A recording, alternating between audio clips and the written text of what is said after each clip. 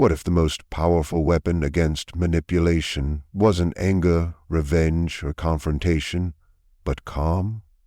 What if true mastery over the narcissist's chaos came not from fighting fire with fire, but from standing so still, so centered, that their games simply fell apart before your eyes?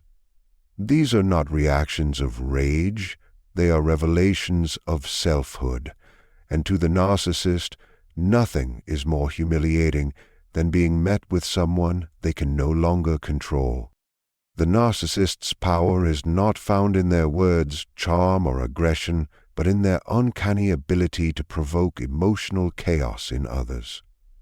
Their sense of identity, often built upon a fragile ego masked by an inflated persona, depends on the energy they can extract from others, be it admiration, fear, confusion, or rage.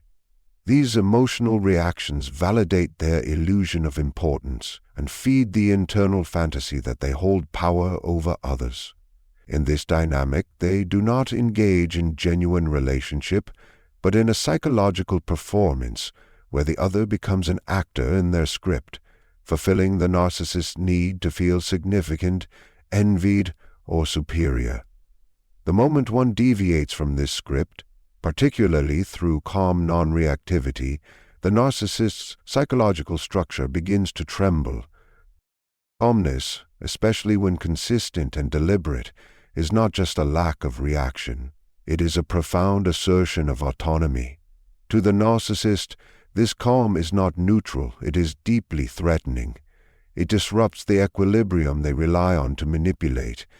They expect anger, tears, defensiveness, or submission, because these responses allow them to adjust their tactics, twist narratives, and reaffirm control.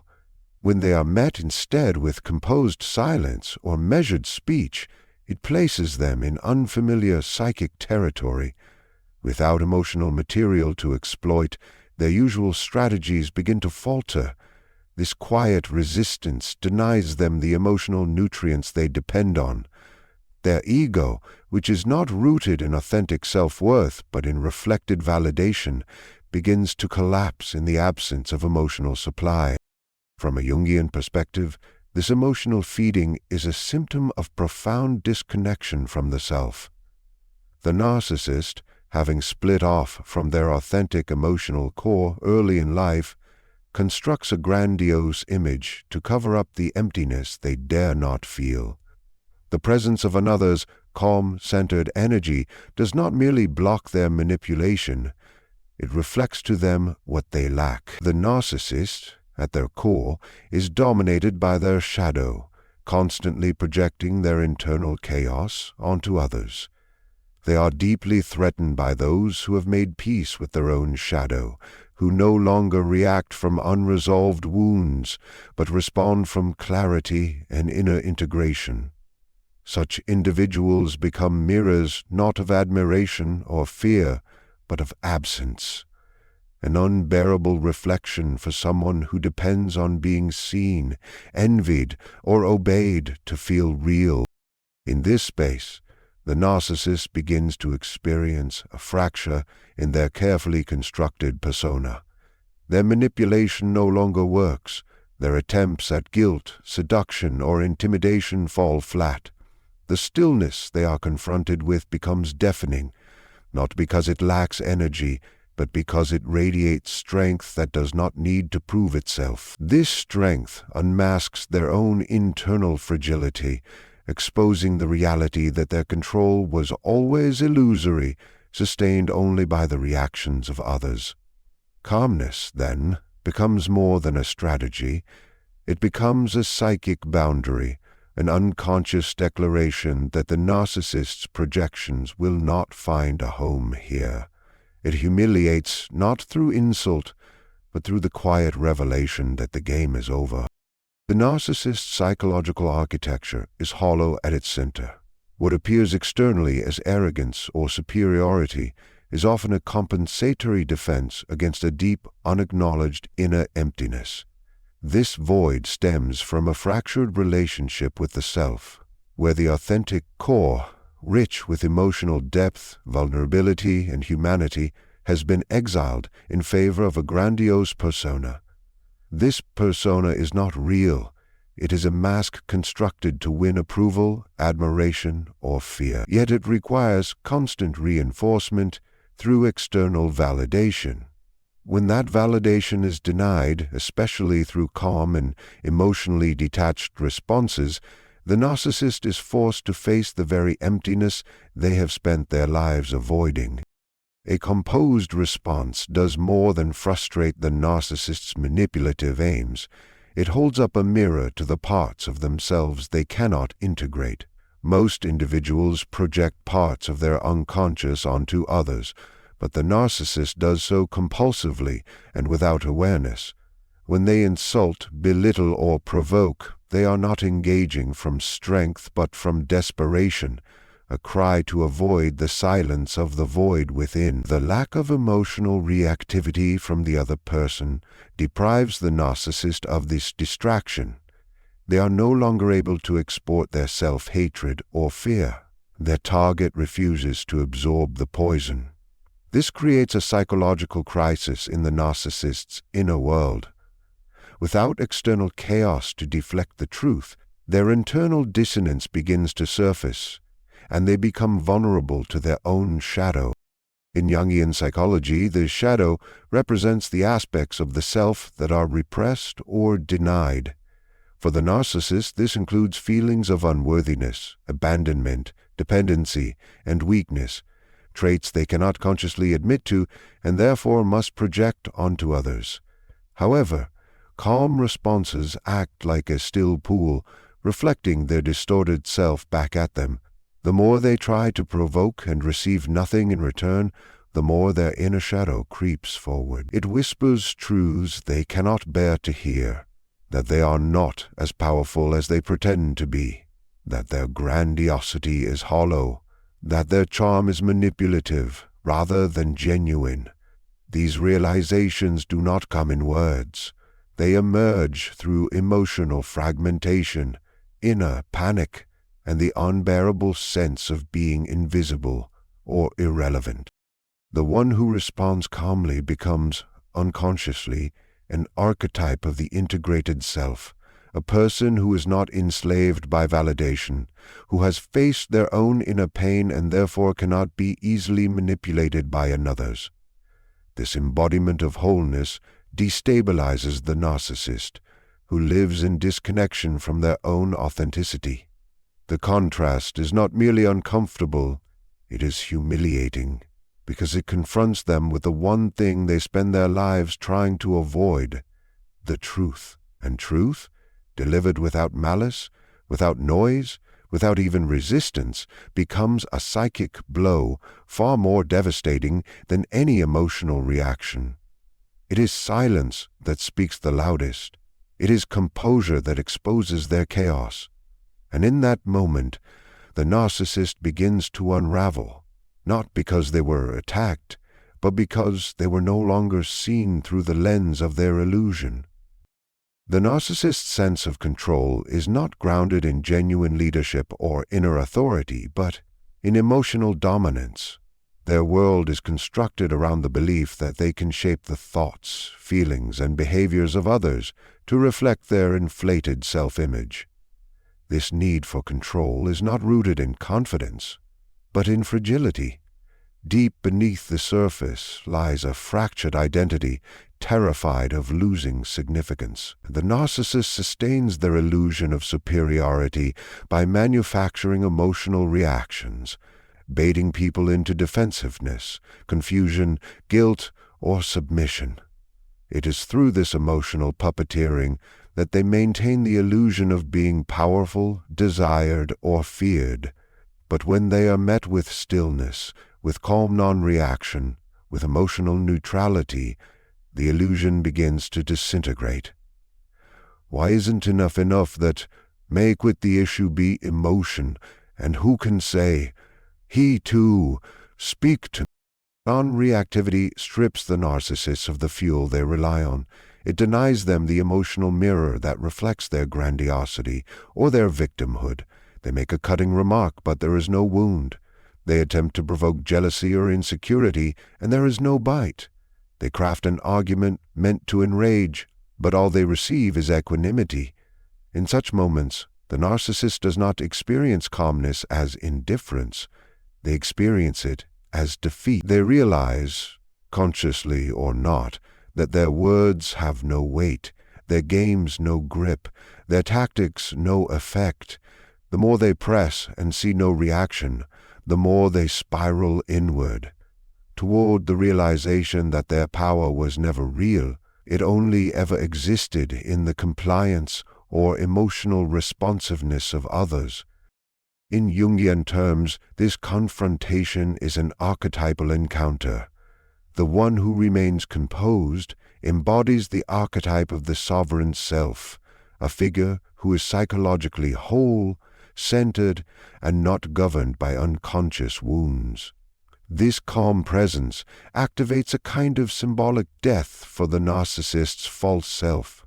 The ego, which has been inflated through illusion, begins to deflate in the face of authentic groundedness. The narcissist's sense of control is revealed as fragile posturing, and this exposure is deeply humiliating, not because someone shouted at them, but because someone didn't need to.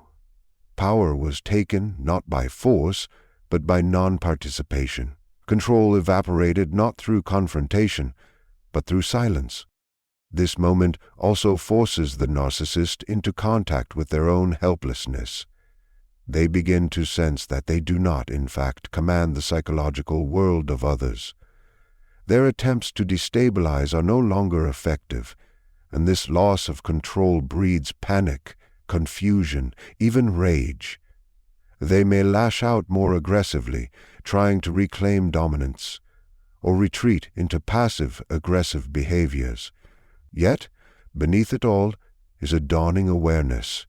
The person they are trying to break cannot be broken because they are not playing the same game, and in that realization, the narcissist faces their greatest fear. Not rejection, not criticism, but irrelevance. The absence of reaction is the absence of control, and without control, the narcissist confronts the hollow space where their authentic self should have been, an unbearable truth masked for so long by manipulation and dominance, now laid bare by nothing more than a calm, silent refusal to engage. The narcissist's grandiose persona is a carefully constructed false self, a psychological mask designed to conceal the fractured and often wounded identity beneath. This persona thrives on illusion. It must be admired, feared, envied, or pitied to remain intact. It cannot tolerate exposure, critique, or authenticity. To maintain this facade, the narcissist engages in constant impression management, manipulating language, emotion, and relationships to support their illusion of superiority or victimhood. But there is one force that can cut directly through this elaborate illusion without aggression or insult: calm truth. When spoken without emotional charge, truth becomes a mirror the narcissist cannot shatter, a light they cannot dim, a structure they cannot control. The narcissist expects either submission or opposition. They are well rehearsed in both scenarios. If one submits, they win. If one opposes with rage, they can provoke further and feed off the conflict. But calm truth, delivered with clarity and without emotional entanglement, falls into neither category. It does not resist, yet it does not bend. It simply is, and this being, without effort, strikes at the heart of their false self. Because the narcissist depends on emotional chaos to validate their control, they are unprepared for truth that does not shout, truth that does not defend itself, truth that stands on its own. It leaves them nowhere to hide, nowhere to redirect attention, and no emotional leverage to manipulate. In Jungian terms, the calm speaker represents the individuated self, someone who has encountered their own shadow and is no longer afraid to speak from their center. This truth is not designed to punish or humiliate, but to reveal. Yet the very act of revealing in the presence of someone who lives behind illusion is experienced as exposure. The narcissist begins to feel psychologically naked, unmasked in a way that no insult or outburst could ever accomplish. They are no longer in control of the narrative. The truth, calmly spoken, becomes the dominant force in the interaction, and the narcissist's grandiosity begins to unravel. What makes this especially humiliating is the lack of emotional escalation. There is no rage for them to dismiss, no tears for them to exploit, no defensiveness to interpret as guilt. There is only clarity, a quiet light shining on the parts of themselves they have spent a lifetime avoiding. They may deny, mock, or retaliate, but none of it changes the truth, and in that inability to change it, they feel powerless. This loss of narrative control destabilizes their sense of identity. The mask begins to slip, and they may feel, even if only for a moment, the terrifying sense that they are not who they pretend to be. To the calm truth-teller, this moment may seem subtle, but for the narcissist, it is a psychic wound. It marks the failure of their defense mechanisms and the beginning of an inner crisis. The truth is not merely a fact, it is an existential force that calls out the false self, dismantles illusion, and invites authenticity, which they are neither prepared for nor capable of sustaining. And so they retreat, react, or collapse, not from insult, but from the unbearable weight of what has been revealed. For the narcissist, relevance is life. Their ego is structured not around an inner sense of self-worth, but around the constant need to be reflected in the emotional responses of others. Whether it's admiration, fear, envy, or even hatred, they must be felt. Their identity survives by being the center of attention, the focus of thought, the trigger of emotion. Indifference, therefore, is not simply a neutral act. It is an existential threat. When someone responds to their manipulation, insults, or provocations with calm indifference, the narcissist is forced into a psychological confrontation with the very thing they fear the most, that they may not matter at all. Indifference strips them of their imagined significance. It tells them, not through words, but through energy, that they are no longer able to occupy space in someone else's mind. This realization cuts deeper than any direct insult ever could. It does not challenge them to fight or defend. It does not pull them into drama where they can shine as either victim or villain. Instead, it renders them invisible. In the economy of narcissistic supply, invisibility is bankruptcy. Without reaction, there is no control. Without control, there is no power. And without power, the narcissist is forced to meet the terrifying emptiness at the core of their being, an emptiness they have avoided for years by constantly stirring the emotions of others. From a Jungian perspective, the narcissist's refusal to engage with their inner emptiness reflects a profound alienation from the self. They exist in projection, disconnected from the shadow and terrified of its contents. The person who responds with indifference becomes, unconsciously, an emissary of the self, a symbol of wholeness that does not require validation. This is deeply unsettling to the narcissist. It confronts them with the truth that someone can exist without needing them, without fearing them, without desiring anything from them. That calm presence becomes a mirror to what they lack: autonomy, inner peace, emotional sovereignty. The narcissist may attempt to regain relevance through escalation, provoking more intensely, creating chaos, playing the victim, or reasserting dominance. But the more the other person refuses to react, the more futile these attempts become. It's not the behavior that defeats the narcissist, it's the absence of emotional echo. Their voice reverberates into silence. Their manipulation finds no purchase. The psychological stage they are used to performing on collapses under the weight of irrelevance. And within that collapse, they are faced with an identity crisis. Who are they if they cannot provoke emotion? What are they if they hold no power? The answer, though buried, is devastating to them.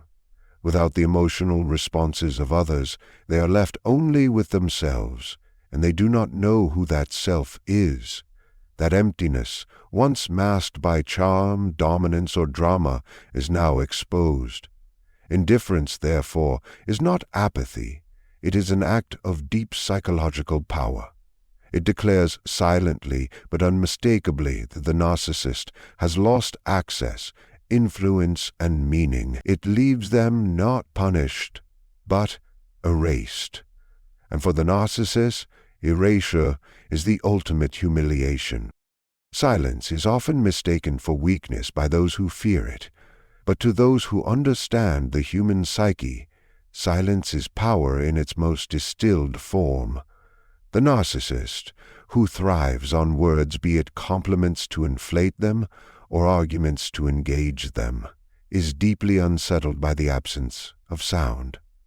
They rely on verbal engagement as the stage upon which they perform, manipulate, and maintain control. But when faced with unshakable, composed silence, their script is torn, their cues are missed, and their imagined role as center of the universe begins to disintegrate. Silence is not absence. It is presence, so grounded that it needs no justification, no defense, no performance.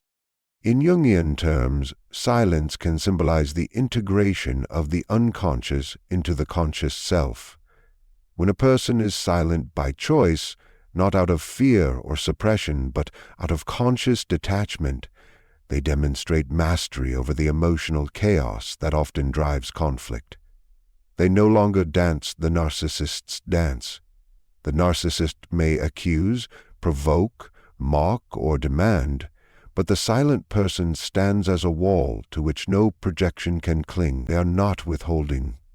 They are revealing. Their silence forces the narcissist to hear something far more frightening than any insult, their own inner voice, unfiltered by the drama they use to drown it out. This calm silence is not passive. It is deliberate, active, and radiant with self-possession. It removes all hooks from the conversation, refusing to offer anything the narcissist can twist or trap. It denies them the emotional oxygen they need to inflate their persona, more than words ever could. This silence humiliates, not through aggression, but through spiritual independence. The narcissist cannot exist in that silence without coming face to face with their own insignificance in the eyes of another who simply will not engage. What makes this so devastating is that the narcissist is usually prepared for battle. They expect shouting, arguing, begging, defending. They thrive on it because it keeps the focus on them and their narrative. But when the response is silence, calm, consistent, self-anchored silence, they are robbed of all leverage. They begin to unravel, not because someone has attacked them, but because someone has refused to acknowledge them as the God they imagine themselves to be. Silence also invites introspection, but not for the narcissist, who will flee that discomfort, but for the person who has learned not to speak every truth, not to argue every distortion. The silence affirms something deeper, that not every battle is worth fighting, not every accusation worth answering. It is an act of psychological maturity. The narcissist, however, interprets this silence as contempt, as abandonment, as proof that they have lost control, and they are right. They are no longer relevant in the internal world of the person before them. This is why silence is a deadly calm response. It does not punish, it exposes. It does not destroy the narcissist, it reveals the hollowness of the mask they wear. And in that revelation, stripped of attention and engagement, they find themselves alone with the very emptiness they have spent a lifetime avoiding. Laughter, especially when calm and unprovoked, is one of the most disarming and humiliating responses a narcissist can face. To understand why, one must examine the narcissist's entire psychic construct. It is a fragile architecture, built on the illusion of superiority, dominance, and emotional control. Every interaction, every manipulation, every calculated gesture is designed to ensure that they are taken seriously, that their image is maintained, and that they retain power over the perceptions of others. When someone laughs, not in nervousness or mockery, but from a place of self-assured clarity, it punctures the illusion. It tells the narcissist, without a single insult, that their performance is not feared, not respected, and most devastatingly, not believed. From a Jungian perspective, laughter can function as a symbolic act of liberation from the shadow. The narcissist seeks to control others through fear, shame, or confusion, but laughter renders these tools powerless. It transforms tension into absurdity, manipulation into theater.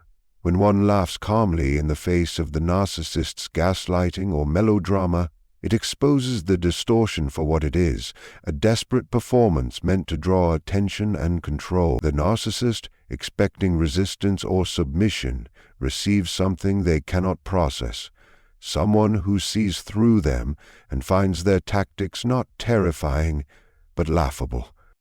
Such laughter is not cruelty, it is insight. It comes from one who has transcended the narcissist's emotional maze, who sees the strings behind the puppet and refuses to be entangled. It is the laughter of someone who has wrestled with their own shadow and therefore cannot be manipulated by another's.